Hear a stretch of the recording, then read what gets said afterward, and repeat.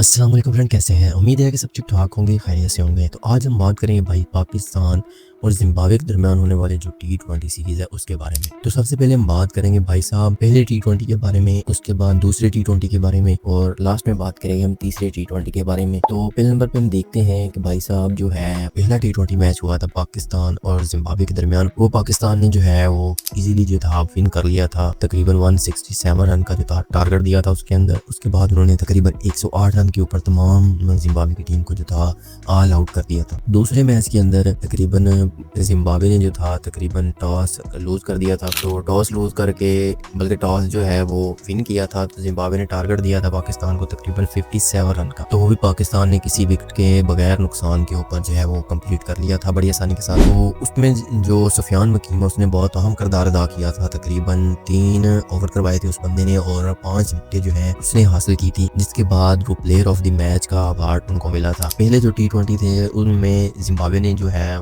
कोशिश तो पूरी की थी, लेकिन वो ज्यादा देर पिच के ऊपर टिक नहीं सके। अच्छी बैटिंग की थी स्टार्ट में उन्होंने, लेकिन वो विन नहीं कर सके। लेकिन थर्ड मैच के अंदर भाई साहब टोटली डिफरेंट जो है वो जिम्बाब्वे ने किया है, जिसके अंदर पाकिस्तान ने जो है बैटिंग करते हुए तकरीबन जो है वो रन बनाए थे तकरीबन 132 रन बनाए थे और 133 रन का जो था उन्होंने टारगेट दिया था जिम्बाब्वे को। तो जिम्बाब्वे जब बैटिंग के ऊपर आती है तो स्टार्ट में भाई साहब उनकी जो बाउंड्रीज है वो आना शुरू हो जाती है अनस्टॉपेबल, जिसमें सबसे अहम जो किरदार अदा किया है वो है ब्रेन बेनेट, जिन्होंने बड़ी अच्छी बैटिंग की है। तकरीबन 35 बॉलों के ऊपर उन्होंने तकरीबन 43 जो है वो। बात यह है कि ब्रेन बेनेट ने अच्छी बैटिंग की, जिसकी वजह से पाकिस्तान जो है वो थर्ड T20 मैच है वो हार चुका है। बॉलिंग की अगर बात की जाए तो लास्ट में मैच आप देख सकते थे कि पाकिस्तान जो बड़ी आसानी के साथ विन कर सकता था। एक ओवर के अंदर तकरीबन 12 स्कोर जो था वो रहता था। तो भाई साहब जानदाद खान की पहली बॉल के ऊपर उसने चौका लगाया, ठीक है। उसके बाद दूसरी बॉल के ऊपर उसने तकरीबन दूसरी तीसरी बॉल के ऊपर छक्का लगा दिया। भाई साहब 2 बॉलों के ऊपर 10 रन उस बंदे ने दे दिए उनको। तो पीछे तो फिर स्कोर ही कोई नहीं रह गया। यानी कि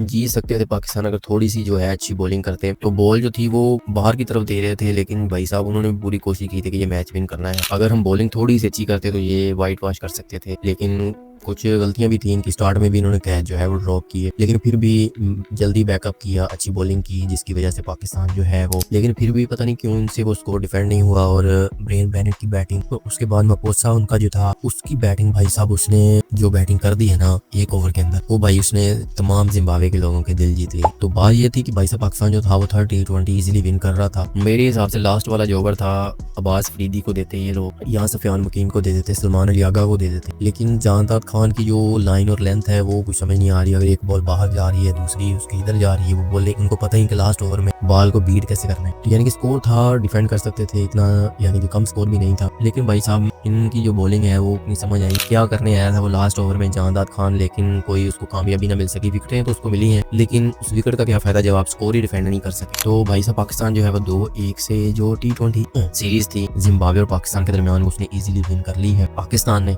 लेकिन जो लास्ट वाला मैच है वो भाई जिम्बाब्वे की जो अनबिलीवेबल बैटिंग हुई है मपोसा और ब्रेन बेनेट की तरफ से, उसने भाई जिम्बाब्वे को मैच जो है वो विन करवा दिया है। तो अगर हम प्लेयर ऑफ द सीरीज की बात करें तो प्लेयर ऑफ द सीरीज हैं जी भाई साहब हमारे ही शाइनिंग स्टार सुफियान वकीम जो है वो प्लेयर ऑफ द सीरीज का अवार्ड उनको मिला है। और प्लेयर ऑफ द मैच की बात करते हैं तो प्लेयर ऑफ द मैच का अवार्ड जो है वो ब्रेन बेनेट को मिला है। तो सुफियान वकीम ने 3 ओवरों में तकरीबन 5 विकेटें हासिल की, ठीक है। और उसके बाद हम बात करते हैं ब्रेन बेनेट की, तो उसने जो है 35 बॉल के ऊपर जो है 43 रन बनाए। तो बड़ी अच्छी जो है इन्होंने बैटिंग की है। स्कोर कम था, ठीक है, पाकिस्तान ज्यादा स्कोर का टारगेट नहीं दे सका, लेकिन जितना भी स्कोर था उन्होंने अच्छा कम बैक किया। पाकिस्तान ने विकेटें जल्दी मिल गई, लेकिन फिर भी जो है भाई उनके मपोसा और ब्रेन बेनेट की बैटिंग ने जो है वो इजीली जिम्बाब्वे को मैच विन करवा दिया था। तो जिसके अंदर भाई साहब मपोसा ने तकरीबन जो रन बनाए थे, बल्कि मपोसा ने को उन्होंने हाईलाइट किया नहीं है, ब्रेन बेनेट को किया है। 35 बॉल के ऊपर उन्होंने 43 रन बनाए हैं। सिकंदर रजा ने 20 बॉलों के ऊपर 19 रन बनाए हैं। तो उसके बाद उनका मारूमानी उसने 6 बॉलों के ऊपर 15 रन बनाए हैं। जानदाद खान ने तकरीबन